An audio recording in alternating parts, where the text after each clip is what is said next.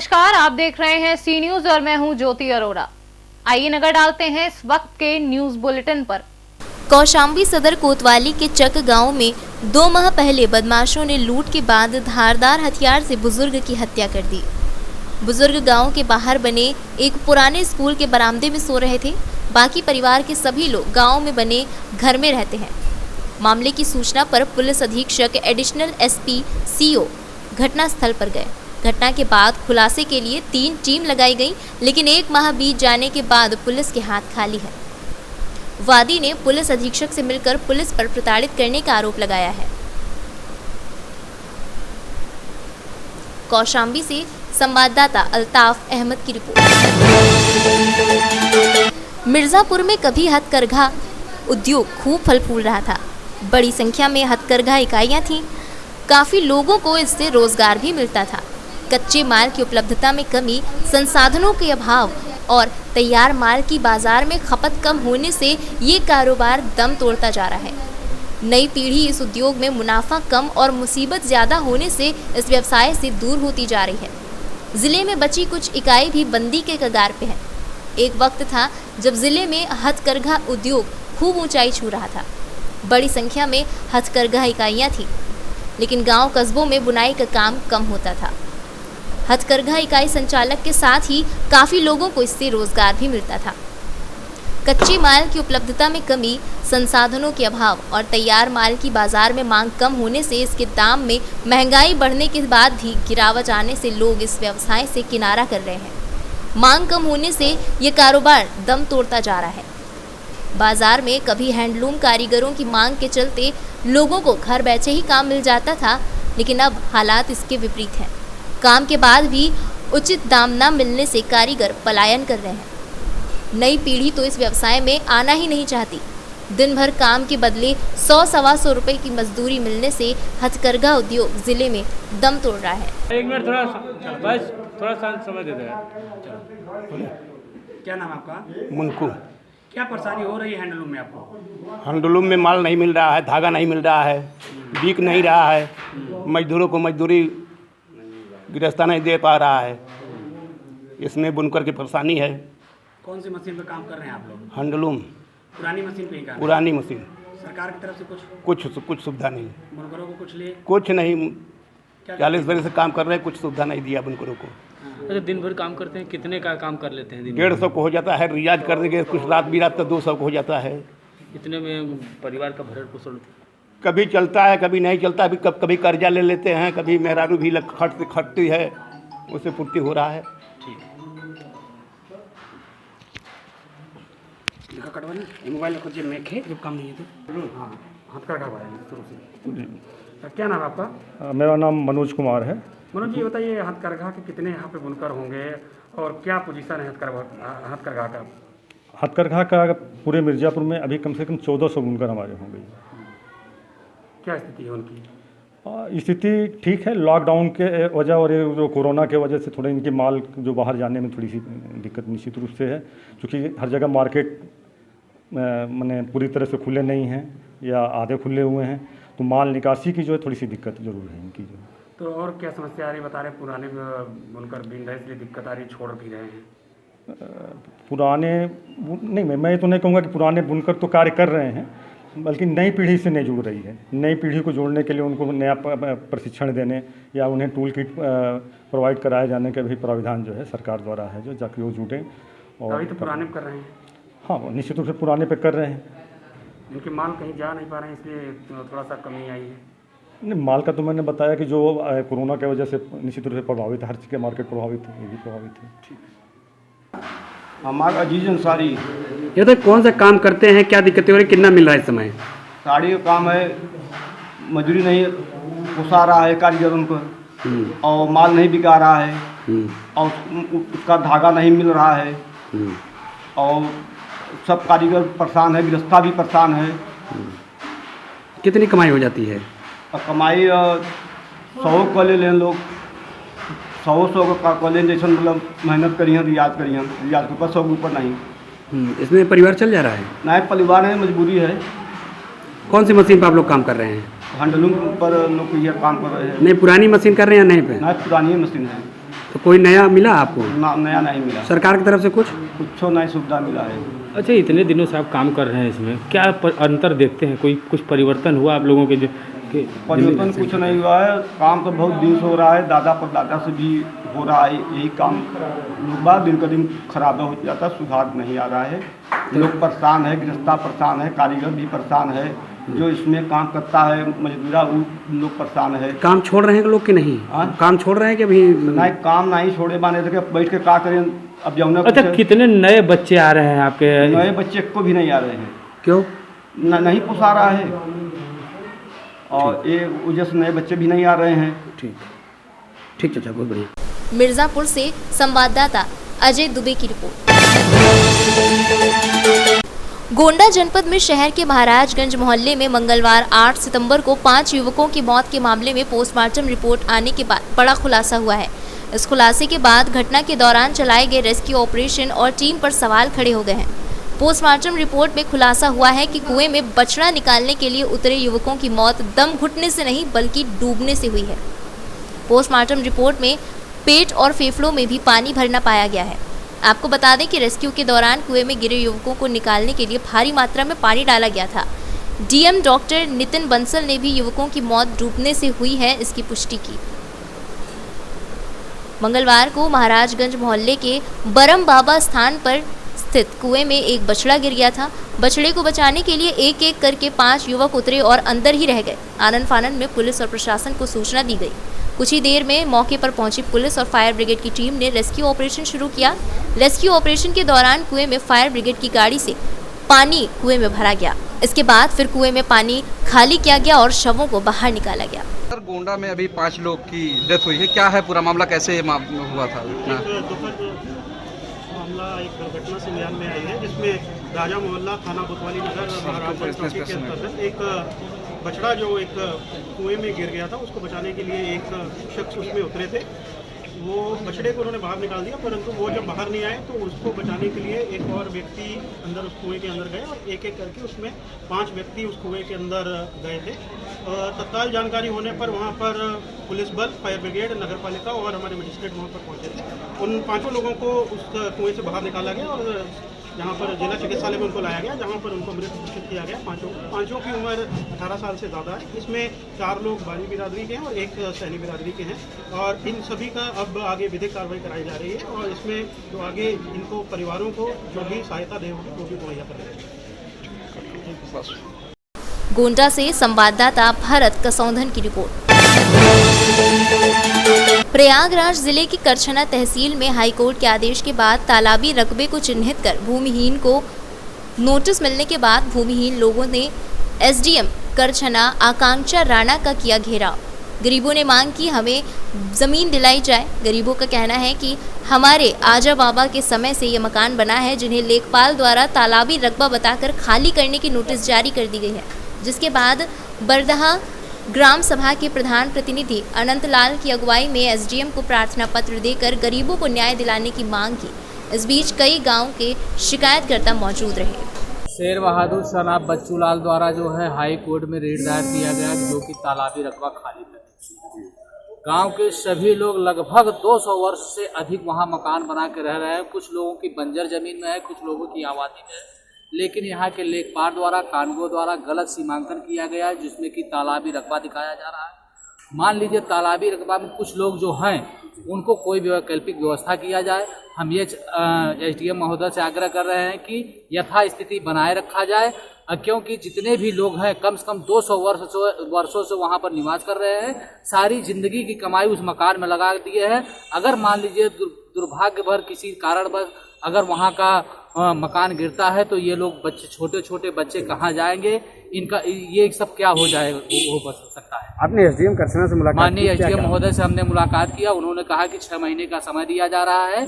जैसे ही हम लोग बंजर जमीन का जो है सीमांकन कर लेंगे, जो भूमिहीन है उनको जो है पट्टा दिया जाएगा, और जो शेष बच रहे हैं उनको जो है अपने निजी मकान, अपने निजी जमीन पर जो है अपना निर्माण करा। आपका परिचय?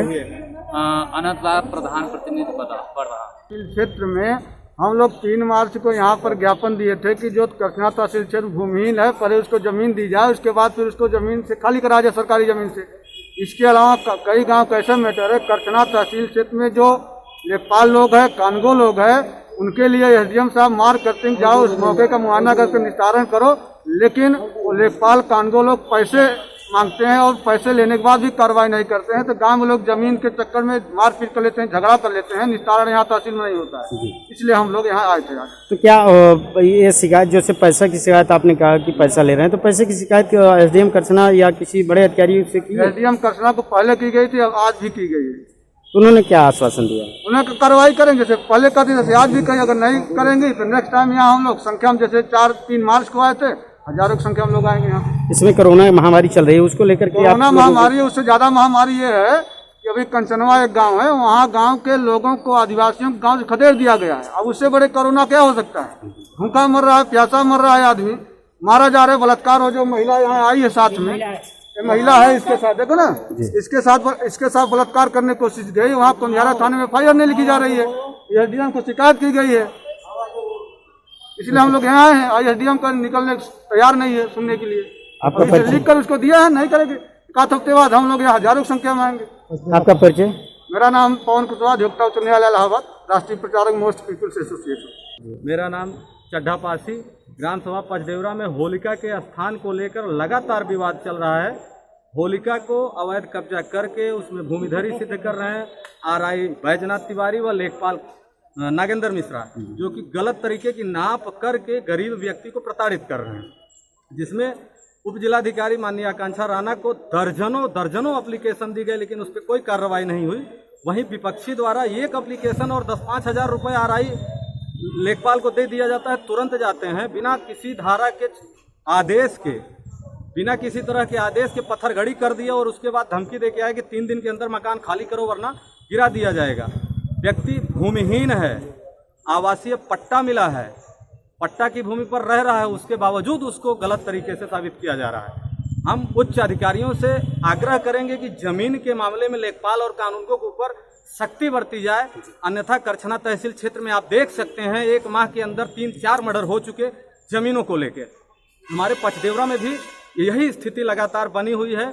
2 पासी जाति के ही लोग आपस में विवाद के लिए लड़ाए जा रहे हैं कानूनगो और लेखपाल के द्वारा। हमारा सारा का सारा आरोप कानूनगो और लेखपाल के ऊपर है और हम उप जिलाधिकारी महोदय से आग्रह करेंगे कि एक बार मात्र मामले में हस्तक्षेप करें और न्याय करें। इस मामले में न्याय पाने के लिए मैं खुद व्यक्तिगत 1 यूनिट ब्लड अंतर्राष्ट्रीय रक्तदान दिवस पर यहीं पर माननीय उप जिलाधिकारी के कहने पर इसी ऊपर बार एसोसिएशन अध्यक्ष माननीय शुक्ला जी, कल्लू शुक्ला और मैं खुद डोनेट किया था कि मामले में हस्तक्षेप करेंगी और न्याय करेंगी। लेकिन मैडम हृदय से शून्य है, राजा गणपति को अपना आदर्श मानती हैं, लेकिन मुझे नहीं लगता कि उनके जैसा एक भी काम कर पा रही हो। हमारा सौभाग्य इस समय खराब है। आग्रह करेंगे कि इस मामले में न्याय करें। आपका परिचय? मेरा शुभ नाम विजयराज उर्फ चड्ढा पासी, निवासी पचदेवरा ग्राम सभा। प्रयागराज से संवाददाता मंगला प्रसाद पटेल की रिपोर्ट। जिस प्रकार से पूरे प्रदेश में किसानों की आत्महत्या हो रही है, उसको लेकर कई जगह कई पार्टियों के माध्यम से आंदोलन भी किए जा रहे हैं। विगत दिनों ललितपुर जनपद के कस्बा जाखलौन में एक के बाद एक लगातार 2 किसानों की मौत भी एक बड़ा मुद्दा बनता जा रहा है। सी न्यूज़ ने इन लगातार 2 किसानों की मौत को लेकर खबर चलाई, जिसको लेकर एक दिन पहले समाजवादी पार्टी के जिलाध्यक्ष, उसके बाद अब उत्तर प्रदेश के कांग्रेस अध्यक्ष मृतक किसानों के यहाँ जाकर उनके परिजनों से मुलाकात की है। साथ ही उन्हें सांत्वना भी दी और उन्हें आर्थिक मदद के लिए आवाज़ उठाने का आश्वासन भी दिया। प्रदेश अध्यक्ष के अलावा पूर्व मंत्री प्रदीप जैन आदित्य के साथ साथ कई नेतागण इस मौके पर मौजूद रहे और किसानों द्वारा प्रदेश में हो रही आत्महत्या को लेकर आंदोलन की चेतावनी भी दी और लगातार हो रही किसानों की आत्महत्या को प्रदेश सरकार को एक कलंक के रूप में भी माना। सर, ये जो किसान का जो मामला है वो समझ में आता है। बुंदेलखंड का किसान परेशान है, हताश है, निराश है, रोज आत्महत्या करने को हुआ है। सूखे की मार झेलना है, अतिवृष्टि ओलावृष्टि की मार झेलना है, जितनी लागत है उसके सापेक्ष उसको फसल का दाम भी नहीं मिल रहा है। बर्बाद फसलों का मुआवजा भी जो प्रधानमंत्री बीमा योजना के अंतर्गत लाभ मिलना चाहिए वो भी इनको नहीं मिल रहा। लगभग 100 से अधिक मौतें 1 महीने में हो चुकी हैं। जहाँ सरकार को चाहिए था इनकी मदद करना, इनका सहयोग करना, सरकार ने कोई सहयोग नहीं। किसान आर्थिक तंगी का शिकार है। साहूकार का कर्ज, बैंकों का कर्ज बढ़ता जा रहा है, देने के लिए उसके पास कोई साधन नहीं। ऐसे में किसान का आत्महत्या करना उत्तर प्रदेश सरकार के ऊपर एक कलंक है। सरकार को जिम्मेदारी से भागना नहीं पड़ेगा, भाग नहीं सकती सरकार, उसको जिम्मेदारी का निर्वहन करना पड़ेगा, मुख्यमंत्री को जवाब देना पड़ेगा। ये मुद्दा थमेगा नहीं। बुंदेलखंड में किसानों की आत्महत्या का मुद्दा सड़क पर भी उठेगा और सदन में भी उठेगा और कांग्रेस से मजबूती से उठाने का काम करेगा। ललितपुर से सी न्यूज़ संवाददाता प्रद्युम्न तिवारी की रिपोर्ट। सरगुजा जिले के मैनपाट क्षेत्र के ग्राम उडमकेला में आज सुबह झाड़ियों के बीच एक नवजात बच्ची मिली है। बताया जा रहा है कि नवजात के शरीर पर चींटियां चल रही थीं। बच्ची का पूरा शरीर बालू से सना हुआ था। जैसे ही इस बात की जानकारी गांव के लोगों को मिली, भारी संख्या में ग्रामीण स्थल पर पहुंचे, जिसकी सूचना तत्काल ग्रामीणों ने चाइल्ड हेल्पलाइन को दी है। सूचना पर मेडिकल की टीम ग्रामीणों द्वारा बताई गई जगह पर पहुंची। आज सुबह मेरे गांव में एक सूचना मिली कि किसी बच्चे को खेत के बगल में झाड़ियों में फेंक दिया गया है, और उसके बाद फिर जैसे ही बात गांव में फैली, हमारे कुछ साथियों के द्वारा चाइल्ड हेल्पलाइन को खबर की गई, आसपास के स्थानीय मेडिकल स्टाफ को खबर किया गया था, और इसके बाद थोड़ी देर में चाइल्ड लाइन वाले आते हैं। स्थानीय मितानिनों के द्वारा उस बच्चे को साफ किया जाता है। उसे चींटियां काट रही थी, उन चींटियों को हटाया जाता है। उसके पूरे शरीर में बालू लग चुके थे, उन बालुओं को हटाया गया, और फिर पुलिस की टीम आती है, चाइल्ड रेस्क्यू टीम आती है, और इस तरह से सभी ने मिलकर संयुक्त रूप से उस बच्चे को रेस्क्यू किया। और बाद में ग्रामीणों की मौजूदगी में, सरपंच और अन्य स्टाफ की मौजूदगी में पंचनामा बनाते हुए उसे हॉस्पिटल ले गए। सरगुजा से संवाददाता आलमीन अहमद की रिपोर्ट। सर्राफा मंडी लखीमपुर में पन्नालाल ज्वेलर्स की सर्राफी की दुकान से 2 युवकों ने दुकानदार की मौजूदगी में 80 ग्राम सोना चुरा लिया। सारी कारस्तानी सीसीटीवी कैमरे में कैद हो गई। एसपी ने खुलासे का यकीन दिलाया है। लखीमपुर खीरी से संवाददाता बलवीर सिंह की रिपोर्ट। लगातार बढ़ रही बेरोजगारी और सरकारी तंत्रों के निजीकरण के विरुद्ध जन अधिकार पार्टी के राष्ट्रीय अध्यक्ष और पूर्व मंत्री बाबू सिंह कुशवाहा के पदाधिकारियों ने मिशन भागीदारी संकल्प के तहत 9 सितंबर को रात 9 बजे से 9 मिनट तक अपने आसपास की बिजली बुझाकर विरोध किया। पार्टी के युवा कार्यकर्ताओं ने अपने अपने घरों और आसपास के सभी बल्ब बुझाकर मोमबत्तियों और फ्लैश जलाकर मौजूदा सरकार की दमनकारी नीतियों का पुरजोर विरोध किया। संगठन मंत्री ने मौजूदा सरकार की नीतियों को गलत ठहराया और कहा कि आज देश की स्थिति बद से बदतर हो रही है। खेतों में किसान परेशान है, नौकरी के लिए युवा पीढ़ी दर दर भटक रही है, भ्रष्टाचार चरम पर है, देश में हर कोई असुरक्षित महसूस कर रहा है। जो आप लोगों ने आज गांव में किया है प्रदर्शन इस टाइप का है कि जो केंद्र एवं राज्य सरकार में जो जन विरोधी नीतियाँ चल रही हैं आम जनमानस के विरुद्ध, जैसे निजीकरण, शिक्षा का निजीकरण चल रहा है, एवं नए युवाओं जो नौकरियों के लिए तलाश में दूसरे गांव से दूसरे शहरों में पलायन किए हुए हैं, 2-2, 3-3 साल से नौकरियों की तलाश में हैं, उन बच्चों की न कोई रोजगार के नए वैकेंसी निकल रही है, न उनको कोई नया रोजगार दिया जा रहा है। दूसरी बात, जो गवर्नमेंट सेक्टर की जो नौकरियां चल रही हैं उनको भी निजीकरण किया जा रहा है, चाहे वो रेलवे हो, चाहे कोई बैंक हो, चाहे LIC हो। अभी जैसे लेटेस्ट में एक न्यूज आई है अभी SBI बैंक की, इसमें भी जो वर्कर्स काम कर रहे थे एम्प्लॉय, उसमें उनको भी बैंक से निकाला जा रहा है। ऐसे तमाम जो है चल रहे हैं प्रदेश में, जिससे देश के युवाओं का भविष्य एवं देश के जो गवर्नमेंट सेक्टर के हैं या किसानों के, उनका भविष्य खतरे में है। उसी के मुद्दे को लेकर आज हम जन अधिकार पार्टी के कार्यकर्ता सरकार के जन विरोधी नीतियों के खिलाफ जो है लाइट टार्च का जो है लेके जो है मुद्दे पर निकले हुए हैं। किस तरीके का सहयोग मिला आपको? आम जनमानस में भरपूर सहयोग मिल रहा है, क्योंकि आम जनमानस में जो है उसका सरकार के विरुद्ध काफ़ी रोष है, और आम किसान हो चाहे मजदूर हो सरकार से काफ़ी तंग है। सरकार के पास ऐसा संदेश जाएगा कि इसमें सुधार आ सके? सरकार के पास लगातार हमारा संदेश जा रहा है, लेकिन सरकार इस पर कोई ध्यान नहीं दे रही है। और जिससे ये परेशानियां और दिन क दिन बढ़ती चली जा रही हैं। आपका नाम क्या है? पद? मनीष सम्राट, पद क्या है? जन अधिकार पार्टी का कार्यकर्ता हूं एवं मंडल संगठन मंत्री हूं। कौशाम्बी से संवाददाता एफ वसीम गाजी की रिपोर्ट। इस वक्त के न्यूज बुलेटिन में फिलहाल इतना ही। देश और दुनिया की तमाम बड़ी खबरों के लिए आप देखते रहिए सी न्यूज। हर खबर आपके साथ, आपके हाथ।